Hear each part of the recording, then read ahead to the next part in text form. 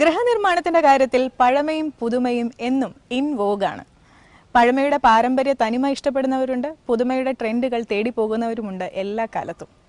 പഴമയുടേതായാലും പുതുമയുടേതായാലും ഏറ്റവും ഭംഗിയുള്ള വീട് കാഴ്ചകളുമായി വീടിന്റെ മറ്റൊരു പുതിയ അധ്യായത്തിലേക്ക് എല്ലാ പ്രിയപ്പെട്ട പ്രേക്ഷകർക്കും സ്വാഗതം. തൃശൂർ ജില്ലയിലെ തിരുവല്ലോമലയിലുള്ള നദീർ അലിയുടെയും നബീനയുടെയും ബ്രീസ് വില്ല എന്ന വീട്. മഞ്ചേരിയിലെ മരിക്കാർ ഡിസൈൻസിലെ സുഹേൽ നിസാം രൂപകൽപ്പന ചെയ്ത ഈ വീട് കാണാം ഇന്ന്.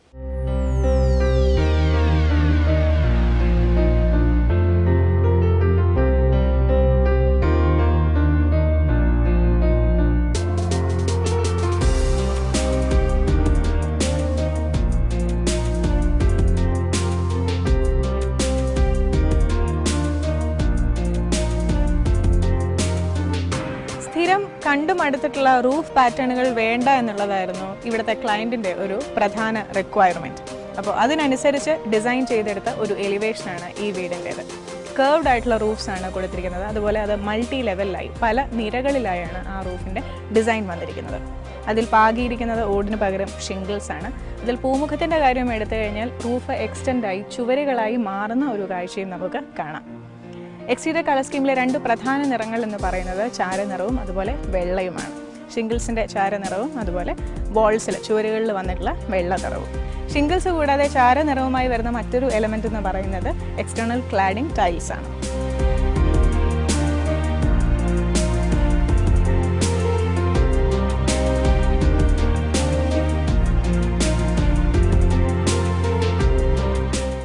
രണ്ട് സെന്റുള്ള ഒരു പ്ലോട്ടിലാണ് 2990 സ്ക്വയർ ഫീറ്റ് ഉള്ള ഈ വീട് നിൽക്കുന്നത്.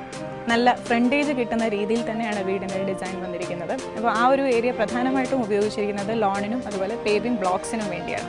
എലിവേഷനിലെ പ്രധാന നിറങ്ങളായ വെള്ളയും ചാരനിറവും തന്നെയാണ് ഇവിടെ പേവിംഗ് ബ്ലോക്സിലും കൊടുത്തിരിക്കുന്നത്. അതുപോലെ വിശാലമായ ലോണിൽ ഇടയ്ക്കിടെ ഫോക്സ്ടെയിൽ പാമ്പുകളും അതുപോലെ ബാമ്പുവും ഒക്കെ വെച്ച് പിടിപ്പിച്ചിരിക്കുന്നു.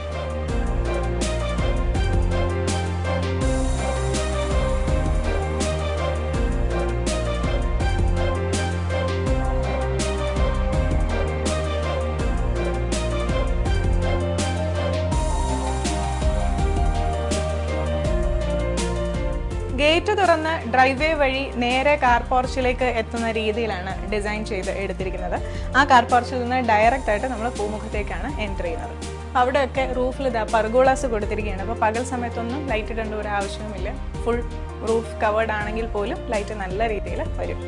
അതുപോലെ പൂമുഖത്ത് സീറ്റിംഗ് ആണെങ്കിലും ഇൻബിൽറ്റ് ആയിട്ടാണ് ചെയ്തിരിക്കുന്നത്. സിമ്പിളായിട്ട് കോൺക്രീറ്റിൽ ചെയ്ത് ടൈൽസ് ഒട്ടിച്ച് ഫിനിഷ് ചെയ്തെടുത്തിരിക്കുന്നു. വീടിൻ്റെ മൂടുമായിട്ട് നല്ല രീതിയിൽ ചേരുകയും ചെയ്യും. എന്നാൽ എക്സ്ട്രാ ഫേർണിച്ചറിൻ്റെതായിട്ടുള്ള കോസ്റ്റ് വരുന്നതുമില്ല. അകത്തേക്ക്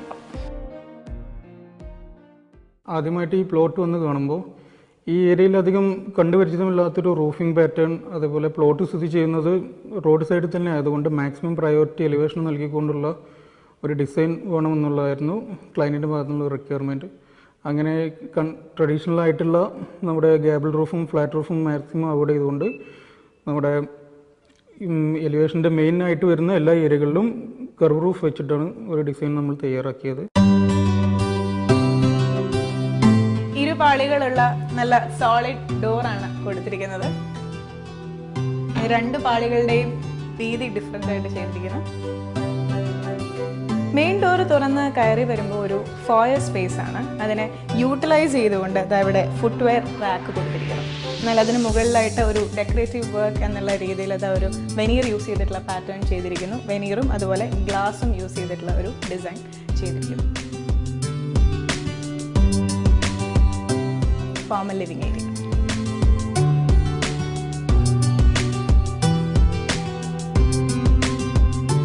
വെനീർ ആൻഡ് വൈറ്റ് കോമ്പിനേഷനിൽ ചെയ്തെടുത്ത ഒരു ഫോമൽ ലിവിംഗ് ഏരിയ. വെനീറിൻ്റെ ഡീറ്റെയിലിംഗ് എന്ന് പറയുന്നത് കസ്റ്റം മെയ്ഡ് ഫേർണിച്ചറിലും വിൻഡോയുടെ ഫ്രെയിംസിലും പോലും വന്നിരിക്കുന്നു. അതുകൂടാതെ ഇവിടെ ഒരു ഡെക്കറേറ്റീവ് യൂണിറ്റ് ചെയ്തെടുത്തിട്ടുണ്ട്. അതിലൊക്കെ ഒരു കോമ്പിനേഷൻ ഓഫ് 2 കളേഴ്സാണ്. ഒരു ലൈറ്റർ ഷെയ്ഡും അതുപോലെ ഒരു ഡാർക്ക് ഷെയ്ഡും. അതേ ഒരു കളർ പാറ്റേൺ തന്നെ ഫ്ലോറിങ്ങിലും പിന്തുടർന്നിരിക്കുന്നു. ആ വെനീറിൻ്റെ ഒരു ഫിനിഷ് വരുന്ന രീതിയിലുള്ള ഒരു ഐവറി കളർ ടൈലും അതുപോലെ ഒരു വുഡൻ ഫിനിഷുള്ള ടൈലും കൊടുത്തിരിക്കുന്നു. ഒരു സിമ്പിൾ ആയിട്ടുള്ള കസ്റ്റം മെയ്ഡ് സോഫ സെറ്റ് മാത്രമാണ് ഇവിടെ കൊടുത്തിരിക്കുന്നത്. ഒപ്പം ഫോൾ സീലിംഗ്.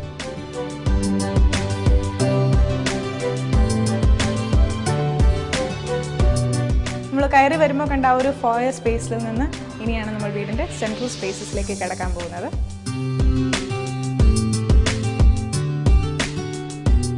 ഇത് ഫാമിലി ലിവിംഗ് ഏരിയ ആണ്. നമ്മൾ ഫോമൽ ലിവിംഗ് ഏരിയയിൽ കണ്ടതുപോലെ തന്നെയുള്ള ആ ഒരു പാറ്റേണിൽ തന്നെയുള്ള ഫേർണിച്ചർ സെറ്റാണ് ഇവിടെ ഉപയോഗിച്ചിട്ടുള്ളത്. അതുപോലെ ഒരു TV യൂണിറ്റ് ആണ് ഇവിടുത്തെ ഒരു പ്രധാന ഡിസൈൻ എലമെൻറ്റ് എന്ന് പറയുന്നത്. അവിടെ ക്യൂരിയോസ് അറേഞ്ച് ചെയ്യുന്നതിന് വേണ്ടിയിട്ട് സ്പോട്ട്സ് ഒക്കെ കൊടുത്ത് ചെറിയ നീഷൊക്കെ നൽകിയിട്ടുണ്ട്.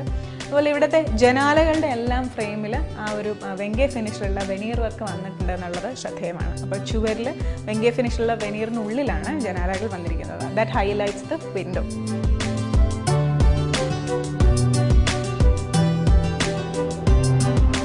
ഈ ഭാഗത്തായിട്ടൊരു ബെഡ്റൂം ഉണ്ട്, അത് കാണാം.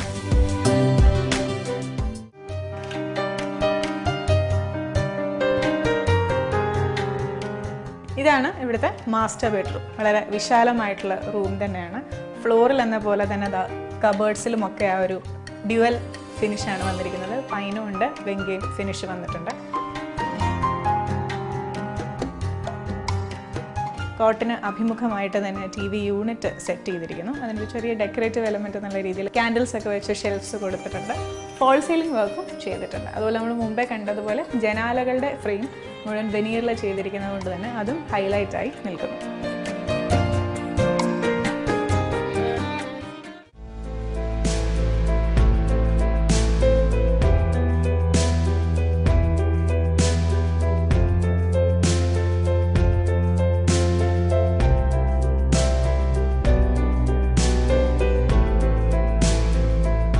ഒരു വളരെ വലിയ ഡൈനിങ് അറേഞ്ച്മെൻറ്റ് തന്നെയാണ് ഇവിടെ കൊടുത്തിരിക്കുന്നത്. പക്ഷേ ലളിതമായിട്ടുള്ള ഡിസൈനാണ്. 8 സീറ്റർ ഡൈനിങ് അറേഞ്ച്മെൻ്റ് ആണ്. ഈ സ്പേസിൻ്റെ ഒരു ഹൈലൈറ്റ് എന്ന് പറയുന്നത് ഇവിടെ വെന്റിലേഷന് വേണ്ടിയിട്ട് കൊടുത്തിട്ടുള്ള ഓപ്പണിങ്സ് ജനാലകളായിട്ട് അഥവാ ഓപ്പൺ ചെയ്യാവുന്ന ശൈലിയിലല്ല കൊടുത്തിട്ടുള്ളത്. വളരെ ക്യൂട്ടായിട്ടുള്ള ഡിസൈൻസ് ആണ്. ചെറിയ സ്ക്വയേഴ്സും അതുപോലെ നീളൻ റെക്റ്റാങ്കിൾസും. അവിടെ ഗ്രില്ലും കൊടുത്തിട്ടുണ്ട്, ഗ്ലാസും കൊടുത്തിട്ടുണ്ട്. പക്ഷേ തുറക്കാനാവില്ല. പക്ഷേ കാണാൻ നല്ല രസമുള്ള രീതിയിൽ തന്നെ ചെയ്തിരിക്കുന്നു. ഡൈനിങ് ആ ഒരു സ്പേസിൻ്റെ ഒരു കോർണറിലായിട്ട് തന്നെ ഇവിടുത്തെ ഡിസൈൻ പാറ്റേണുമായിട്ട് ചേരുന്ന രീതിയിൽ വെങ്കേ ഫിനിഷിൽ ഒരു വാഷ് കൗണ്ടർ ചെയ്തെടുത്തിരിക്കുന്നു. അതുപോലെ വാഷ് കൗണ്ടറിനോട് ചേർന്ന് തന്നെ ഒരു ക്യൂരിയോസ് ഒക്കെ അറേഞ്ച് ചെയ്യാൻ പറ്റുന്ന പോലത്തെ ഒരു ഷെൽഫുണ്ട്. അടുക്കളയിലേക്ക് ഒരു നോട്ടം കിട്ടുന്ന രീതിയിലുള്ള ഒരു ഓപ്പണിംഗ് കൂടിയാണ് ഇത്.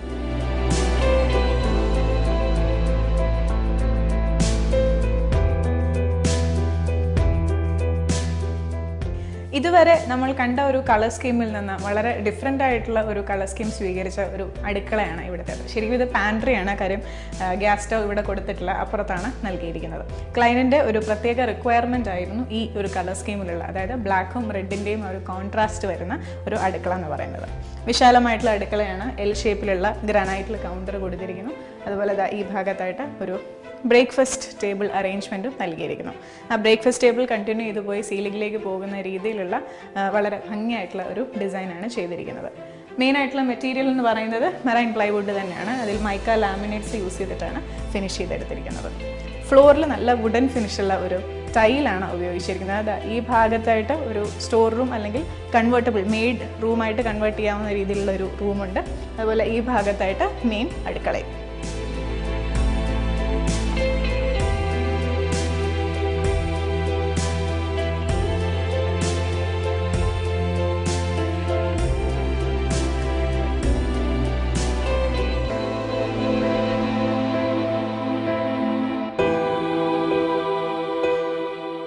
അടുക്കളയുടെ ഡോറിൻ്റെ ഫേസിംഗ് സൈഡിൽ ഗ്രൗണ്ട് ഫ്ലോറിലുള്ള രണ്ടാമതൊരു ബെഡ്റൂം കൂടിയുണ്ട്.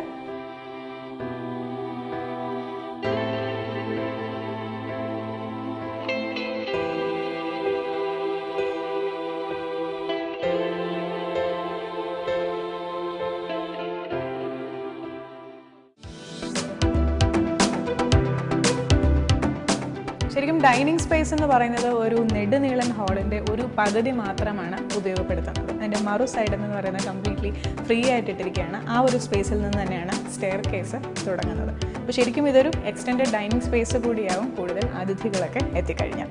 അപ്പോൾ ഈ ഒരു ഭാഗത്തായിട്ട് തന്നെ ഒരു കോമൺ ടോയ്ലറ്റ് കൊടുത്തിട്ടുണ്ട്. അപ്പോൾ ഗസ്റ്റ് ആരെങ്കിലും വന്ന് ഉപയോഗിക്കാം.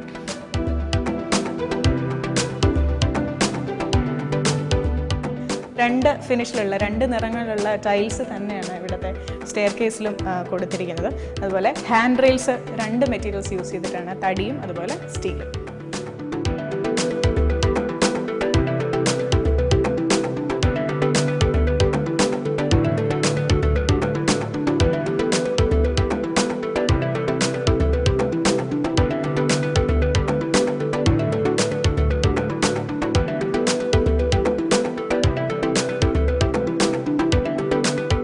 ഈയിടെ മിക്ക വീടുകളിലും നമ്മൾ കാണാറുണ്ട് സ്റ്റെയർ കേസിൻ്റെ അവിടെ ഒരു പർഗോള ഉണ്ടാവും, ആ ഒരു ഫസ്റ്റ് ഫ്ലോർ ശരിക്കും ലൈറ്റപ്പ് ചെയ്യുന്ന രീതിയിൽ. എന്നാൽ ഇവിടെ സ്റ്റെയർ കേസ് കയറി വരുമ്പോൾ ഉള്ള ഫസ്റ്റ് ഫ്ലോറിൽ ഒരു കണക്ഷൻ സ്പേസ് ആണിത്. ഇവിടെയാണ് പർഗോള കൊടുത്തിരിക്കുന്നത്.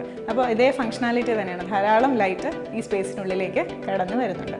ഈ ഒരു കണക്ഷൻ സ്പേസിൻ്റെതായി ഈ സൈഡിലായിട്ട് ശരിക്കും ഒരു ലൈബ്രറി സെറ്റ് ചെയ്യാൻ വേണ്ടിയുള്ള അറേഞ്ച്മെൻറ്റ്സ് ആണ് ചെയ്തിരിക്കുന്നത്. അത്യാവശ്യം സ്റ്റോറേജ് ഒക്കെ കൊടുത്തിട്ടുണ്ട്. അതുപോലെ ഇവിടെ നിന്ന് നോക്കിക്കഴിഞ്ഞാൽ നമുക്ക് താഴെ ഫാമിലി ലിവിങ് സ്പേസിലേക്ക് നല്ല വ്യൂ ലഭിക്കുകയും ചെയ്യും. ഇവിടെ കുട്ടികളുള്ളത് കൊണ്ടാണ് ഒരു സേഫ്റ്റി പ്രിക്കോഷൻ എന്നുള്ള രീതിയിൽ ഈ ഒരു ഗ്ലാസ് ഇവിടെ കൊടുത്തിരിക്കുന്നത്.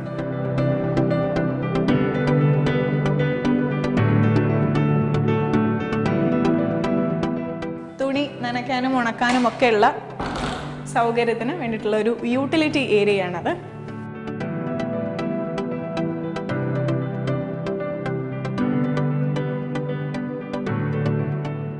വീടിന്റെ മുൻഭാഗത്തേക്ക് മിഴി തുറക്കുന്ന ഒരു നല്ല ബാൽക്കണി.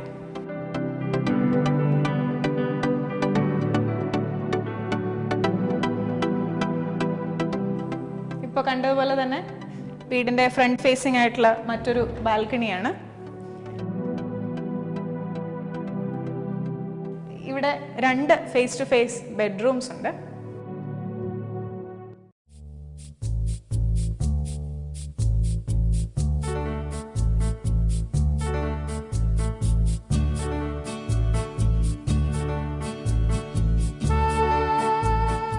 രണ്ട് പെൺകുട്ടികളാണ് ഇവിടെ ഉള്ളത്. അപ്പോൾ അവർക്ക് വേണ്ടി പ്രിൻസസ് തീമിൽ പിങ്ക് ആൻഡ് പേർപ്പിൾ ഷെയ്ഡ്സിൽ ചെയ്തെടുത്ത വളരെ ക്യൂട്ടായിട്ടുള്ള ഒരു ബെഡ്റൂമാണ്. പ്രിൻസസ് ആക്സസറീസ് ആണ് നിറയെ. അതുപോലെ ബ്ലൈൻഡ്സിൽ പോലും ആ ഒരു പിങ്ക് തീം കൈവരിക്കാൻ സാധിച്ചിരിക്കുന്നു. അറ്റാച്ച്ഡ് ആയിട്ട് ബാത്റൂമുണ്ട്.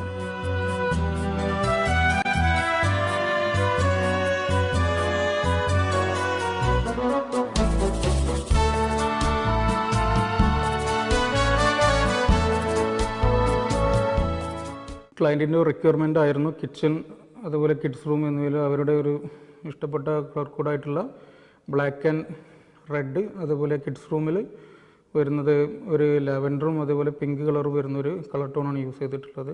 ബാക്കി വരുന്ന എല്ലാ ഏരിയകളിലും നമ്മൾ വെങ്ക അതുപോലുള്ള പൈൻ എന്നീ 2 കളറാണ് യൂസ് ചെയ്തിട്ടുള്ളത്. എല്ലാം കസ്റ്റമൈഡ് ആയിട്ടുള്ള ഫർണിച്ചർ തന്നെയാണ് നമ്മൾ ഇതിൽ ഉപയോഗിച്ചിട്ടുള്ളത്. ഫസ്റ്റ് ഫ്ലോറിലെ 2ാമത്തെ ബെഡ്റൂം.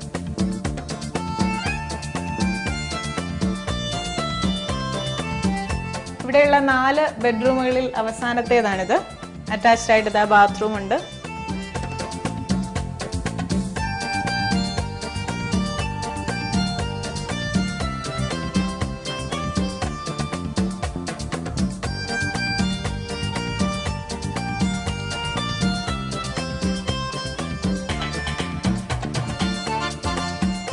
ഇവിടെ നിന്നൊരു സൈഡ് ബാൽക്കണിയിലേക്കുള്ള എക്സിറ്റ് ഉണ്ട്. ചെറിയ രീതിയിലുള്ള സ്റ്റോറേജ് മാത്രമേ കൊടുത്തിട്ടുള്ളൂ.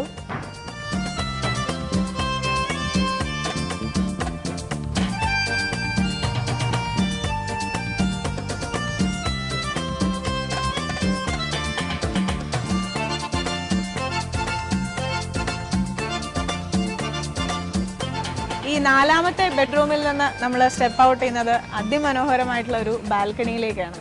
കാൻഡിലീവർ ടെക്നോളജിയിലാണ് ഈ ബാൽക്കണി ചെയ്തിരിക്കുന്നത്. അതുകൊണ്ട് തന്നെ ശരിക്കും എയറിൽ നിൽക്കുന്ന ഫീലിംഗ് ആണ് ഇവിടെ നിൽക്കുമ്പോൾ. ഈ ബാൽക്കണി ഫേസ് ചെയ്യുന്നത് തിരുവില്ലാമലയിലെ ഫേമസ് ആയിട്ടുള്ള പുനർജനി ഇരിക്കുന്ന ആ ഒരു മലയിലേക്കാണ്. അപ്പോൾ അതിമനോഹരമായിട്ടുള്ള വിഷ്വലുമാണ് ബാൽക്കണിയിൽ നിന്ന് നോക്കിക്കഴിഞ്ഞാൽ.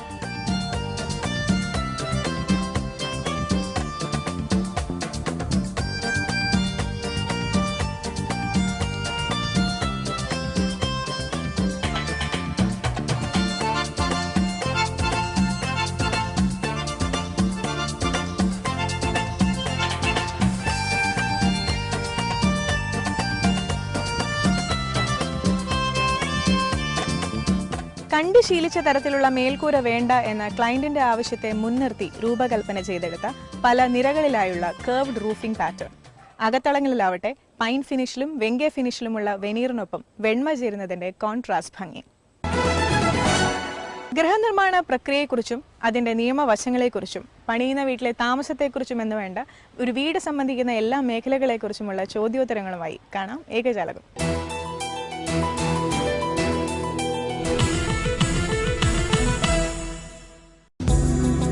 ആർക്കിടെക്ചർ. വീടിന്റെ നിർമ്മാണത്തിൽ ചെലവ് കുറഞ്ഞ നിർമ്മാണ ശൈലി ഏതാണ്? കെട്ടിട നിർമ്മാണത്തിൽ വിവിധ ശൈലികൾ പല ആർക്കിടെക്ട്സും ഉപയോഗിക്കാറുണ്ട്. അതിൽ നമ്മൾ പരമ്പരാഗതമായ കേരള സ്റ്റൈൽ ഉപയോഗിക്കാം. കൊളോണിയൽ പീരീഡിലുള്ള കൊളോണിയൽ ബിൽഡിങ്സിനെ പോലെ തന്നെ ചെയ്തെടുക്കാവുന്ന ബിൽഡിങ്സ് ഉണ്ട്. അതുപോലെ ഇപ്പം ലേറ്റസ്റ്റ് ട്രെൻഡ്സായ മിനിമലിസം, പോസ്റ്റ് മോഡേണിസം, ഇതെല്ലാം പല പല ശൈലികളാണ് നമ്മൾ കെട്ടിട നിർമ്മാണത്തിൽ കൊണ്ടുവരുന്നത്. ഓവർ ഡെക്കറേറ്റീവ് ആയിട്ടുള്ള കൊളോണിയൽ പീരീഡിനെ അനുസ്മരിപ്പിക്കുന്ന രീതിയിലൊക്കെ കെട്ടിടങ്ങൾ പണിതെടുത്താൽ ചിലവ് വളരെ കൂടുതലാകുന്നതാണ്. എന്നാൽ മിനിമലിസ്റ്റിക് ആയിട്ട് ആവശ്യത്തിന് മാത്രം ഡെക്കറേഷൻ അല്ലെ ആവശ്യത്തിന് മാത്രം ഉള്ള പണികൾ ഒക്കെ ആണെങ്കിൽ നമുക്ക് തീർച്ചയായിട്ടും ചിലവ് കുറയ്ക്കാം. നമ്മുടെ പരമ്പരാഗത രീതിയിൽ ചെയ്യുകയാണെങ്കിൽ ഒരുപാട് തടിപ്പണി വരുന്നതുകൊണ്ട് തീർച്ചയായിട്ടും ചിലവ് കൂടുന്നുണ്ട്.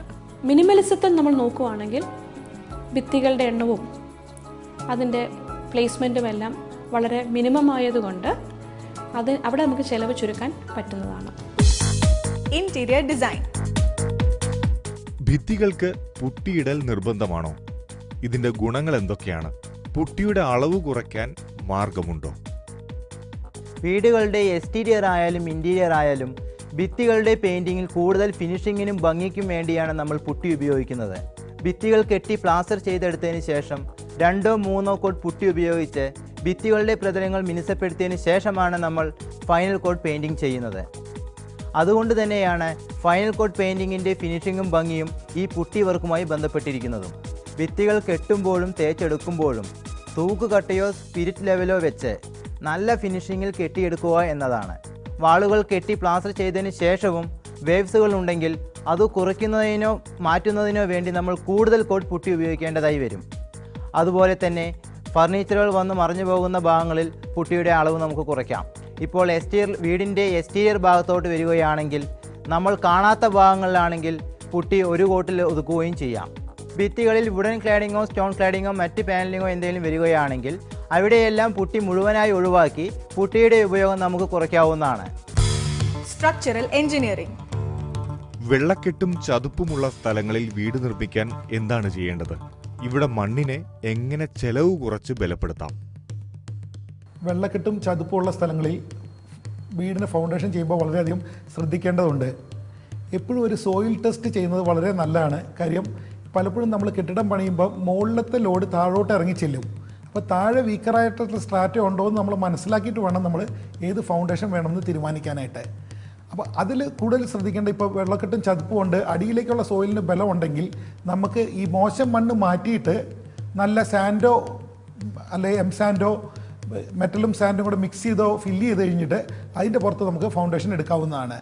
ഇല്ലെങ്കിൽ ചെറിയതായിട്ട് നമ്മുടെ തെങ്ങ് പൈലുകളോ അല്ലെങ്കിൽ നമ്മളുടെ ചൂളമരം കൊണ്ടുള്ള കുറ്റികളോ അടിച്ചിറക്കിയിട്ട് അതിൻ്റെ പുറത്ത് നമുക്ക് ഫൗണ്ടേഷൻ ചെയ്ത് പോകാവുന്നതാണ്. വളരെ ലൈറ്ററായിട്ടുള്ള ബിൽഡിങ്ങിനൊക്കെ അത് നമുക്ക് ഉപയോഗിക്കാവുന്നതാണ്. വളരെ ഹെവിയറായിട്ടുള്ള ലോഡ് വരുന്ന കേസുകളിലാണെങ്കിൽ നമുക്ക് അണ്ടർബീം പൈലിങ്ങിനോ അത് കോൺക്രീറ്റ് പൈലിങ്ങിനോ അല്ലെങ്കിൽ DMC പൈലിങ്ങിനോ പോകേണ്ടതായിട്ട് നമുക്ക് വരും. Home tips. നമ്മുടെ വീടിനോട് നമുക്ക് ഇഷ്ടം തോന്നാനുള്ള വഴികൾ എന്തൊക്കെ? നമ്മുടെ ബെഡ്റൂംസിൽ നമ്മുടെ ചെറുപ്പത്തിലെയോ നമ്മുടെ മക്കളുടെ ചെറുപ്പത്തിലെയോ ഫോട്ടോസ് ഒരു കണ്ടിന്യൂയിങ് സീരീസ് പോലെ അറേഞ്ച് ചെയ്ത് വെക്കുകയാണെങ്കിൽ അത് നമ്മുടെ മനസ്സിന് വളരെയേറെ സന്തോഷം തരും. നമുക്ക് പാരമ്പര്യമായി കൈമാറി കിട്ടിയ വസ്തുക്കൾ എന്തെങ്കിലും ഉണ്ടെങ്കിൽ ഒരു പഴയ ഉരുളിയോ വാർപ്പോ പണപ്പെട്ടിയോ കാൽപ്പെട്ടിയോ എന്തെങ്കിലും നന്നായി പോളിഷ് ചെയ്ത് അത് റിസ്റ്റോർ ചെയ്ത് എല്ലാവരും കാണത്തക്ക ഒരു സ്ഥലത്ത് ഡിസ്പ്ലേ ചെയ്യാം. മനസ്സിന് ഒത്തിരി സന്തോഷം തരും. പ്രസന്നമായ ചിത്രങ്ങളുള്ള കോഫി മഗ്സ് അല്ലെങ്കിൽ നിങ്ങളുടെ ഇഷ്ടപ്പെട്ടവരുടെ പടങ്ങളുള്ള കോഫി മഗ്സ്. രാവിലെ എഴുന്നേറ്റ് ഒരു കപ്പ് കോഫി അതിൽ കുടിക്കുമ്പോൾ തന്നെ നിങ്ങളുടെ മനസ്സ് ഫ്രഷ് ആവും. പഴയൊരു ഉരുളിയുണ്ടോ കയ്യിൽ? നന്നായി പോളിഷ് ചെയ്യുക. എന്നിട്ട് അതിൽ നിറയെ ശുദ്ധമായ ജലം നിറയ്ക്കുക. കുറച്ച് ഫ്ലഷ് ഫ്ലവേഴ്സ് ഇടുക. ആമ്പൽപ്പൂവോ റോസാപ്പൂക്കളോ എന്തുമാവട്ടെ. എന്നിട്ട് ഒരു സെൻറ്റർ സ്പേസിൽ വയ്ക്കൂ. എന്താണ് അതിന് വ്യത്യാസം വരുത്താൻ പറ്റുക എന്ന് നോക്കൂ. അടുക്കളയിലോ ബ്രേക്ക്ഫാസ്റ്റ് കൗണ്ടറിലോ ഡൈനിങ് ടേബിളിലോ എവിടെയും ആകട്ടെ നല്ല ഒരു ഡിസൈനർ ടച്ചുള്ള ഒരു ഫ്രൂട്ട് ബാസ്ക്കറ്റ് സംഘടിപ്പിച്ച് വെച്ച് നോക്കൂ. അതിൽ ഫ്രഷ് ആയിട്ടുള്ള കുറച്ച് പഴങ്ങളും ആപ്പിളോ ഓറഞ്ചോ ബനാനയോ എന്തെങ്കിലും. വാസ്തുശാസ്ത്രമനുസരിച്ച് ടോയ്ലറ്റിന്റെയും സെപ്റ്റിക് ടാങ്കിന്റെയും സ്ഥാനം എവിടെയാണ്? ഒരു വീടിനെ സംബന്ധിച്ച് ടോയ്ലറ്റ് വരുന്നത് വളരെയധികം പ്രാധാന്യമുള്ള ചില കാര്യങ്ങളാണ്. ചില ആൾക്കാർ അറിഞ്ഞുകൂടാതെ തെക്ക് പടിഞ്ഞാറ് കന്നിമൂല ഭാഗത്ത് ടോയ്ലറ്റ് സ്ഥാപിക്കും. അതുപോലെ വടക്ക് കിഴക്ക് മൂല ഈശാന കോണമെന്നുണ്ട്, അതായത് ദൈവത്തിൻ്റെ സ്ഥാനം, ഈശ്വരൻ്റെ സ്ഥാനം, വേണ്ട ദൃഷ്ടി വരുന്ന ഭാഗം, അവിടെ ടോയ്ലറ്റ് സ്ഥാപിക്കും. ഇത് വളരെ വളരെ മാരകമായ അസുഖങ്ങൾ വിളിച്ചു വരുത്തുന്നത് മാത്രമല്ല എല്ലാവിധ ഐശ്വര്യക്കേടും ഉണ്ടാക്കുന്ന ഒരു കാര്യമാണ്. അതുകൊണ്ട് ഒരിക്കലും തന്നെ വീടിൻ്റെ 4 മൂലകളിലും കഴിയുന്നതിന് ടോയ്ലറ്റ് ഇല്ലാതിരിക്കുന്നതാണ് ഏറ്റവും ഉത്തമം. അതുപോലെ വീടിൻ്റെ മധ്യഭാഗം ബ്രഹ്മസ്ഥാനത്തിന് ടോയ്ലറ്റ് ക്രമീകരിക്കരുത്. അല്ലാത്ത ഭാഗങ്ങളിൽ എവിടെ വരുന്നതിനും തടസ്സമില്ല. സെപ്റ്റിക് ടാങ്കിൽ എടുക്കുന്നതും വീടിൻ്റെ മൂലകൾ ചേർത്ത് എടുക്കുന്നത്. മൂലകൾ വന്ന് ഒരു 2 കോൽ, അതായത് 5 അടി മാറിയിട്ടുള്ള ഭാഗങ്ങളിലേക്ക് നമുക്ക് സെപ്റ്റിക് ടാങ്ക് എടുക്കാം. പല ആൾക്കാരും ചോദിച്ചിട്ടുണ്ട്, ഡ്രെയിനേജ് ലൈനായിരുന്നു പൈപ്പ് ലൈൻ തെക്ക് പടിഞ്ഞാറോട് കൂടെ പൈപ്പ് ലൈൻ പോകുമോ എന്ന് ചോദിച്ചിട്ടുണ്ട്. അങ്ങനെ PVC പൈപ്പ് ഇട്ട് കൊണ്ടുപോകുന്ന യാതൊരു തടസ്സമില്ല. പൈപ്പ് പോകുന്ന അവിടെ കുഴിച്ച് അവിടെ സെപ്റ്റിക് ടാങ്കായിട്ട് എടുക്കരുത്. ഇത്രയുമാണ്. വീടും നിയമങ്ങളും. വീടിനു ചുറ്റുമുള്ള സൺഷെയ്ഡും മേൽക്കൂരയുടെ ഭിത്തിക്ക് പുറത്തേക്കുള്ള തള്ളലും എത്ര വരെയാകാം? ഈ ചോദ്യത്തിന് ഉത്തരം ആ സൈഡിൽ നമ്മൾ എത്രയാണോ വിടുന്നത്, സെറ്റ് ബാക്കായിട്ട് വിടുന്നത്, അതായത് 1 മീറ്റർ ആണെങ്കിൽ അതിൻ്റെ 50%, അതായത് 50 സെൻറ്റിമീറ്റർ വരെ നമുക്ക് സൺഷെയ്ഡായിട്ട് എടുക്കാവുന്നതാണ്. ഇങ്ങനെ ചെയ്യുന്നത് സാധാരണഗതിയിൽ വീടിൻ്റെ ചുമരിൽ നിന്നാണ് അളക്കുന്നത്. അപ്പോൾ അത് 50 സെൻറ്റിമീറ്റർ തുടങ്ങി 75 സെൻറ്റിമീറ്റർ വരെ സാധാരണഗതിയിൽ കൊടുക്കാറുണ്ട്. അതിന് ഒബ്ജെക്ഷൻസ് ഒന്നും നിയമപരമായിട്ട് നിലവിലില്ല. വീടിന്റെ ഈ അധ്യായം കൂടി ഇവിടെ പൂർണ്ണമാകുമ്പോൾ പ്രിയപ്പെട്ട പ്രേക്ഷകരുടെ ഫീഡ്ബാക്ക് ഞങ്ങൾ സസന്തോഷം ക്ഷണിക്കുന്നു. എഴുതേണ്ട വിലാസം: ദ പ്രൊഡ്യൂസർ, വീട്, മനോരമ ന്യൂസ്, അരൂർ, ആലപ്പുഴ. ഞങ്ങളുടെ email ID veed@mmtv.in. Website address manoramannews.com. ഇപ്പോൾ യൂട്യൂബിലൂടെയും വീടിന് മുൻ അധ്യായങ്ങൾ നിങ്ങൾക്ക് ഓൺലൈനായി കാണാം. Channel address youtube.com/manorama news. വീണ്ടും അടുത്ത ആഴ്ച കാണാം. നമസ്കാരം.